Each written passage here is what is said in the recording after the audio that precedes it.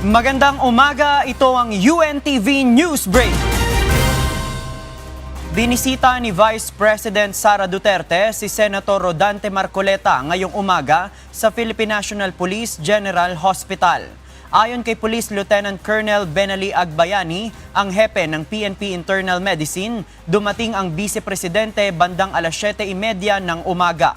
Si Senator Marcoleta ay dinala sa PNP-GH dahil sa pananakit ng dibdib matapos arestuhin kahapon ilang oras bago ang pagsisimula ng impeachment trial. Sa ngayon, wala pang kumpirmasyon ang kampo ni VP Duterte kung dadalo na ito ng personal sa impeachment trial. Mamayang alas 2 ng hapon, muling ipagpapatuloy ng impeachment court ang paglilitis sa pangalawang Pangulo.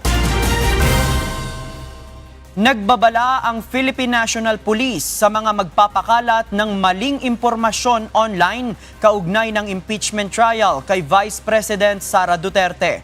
Ayon kay PNP Chief General Jose Melencio Nartates Jr., kabilang dito ang mga makapanghihikayat ng gulo o makakagulo sa democratic institutions at direktang banta sa kaligtasan ng publiko.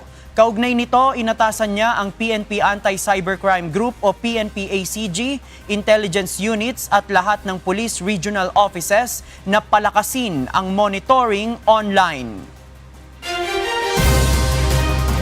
Mga kasangbahay, sabay-sabay nating tunghayan muli ang pangalawang araw ng makasaysayang paglilitis sa Vice Presidente ng Pilipinas, ihahatid ng UNTV News and Rescue. Tumutok lamang sa aming official YouTube channel upang marinig ang bawat testimonya at argumento sa impeachment trial ni Vice President Sara Duterte.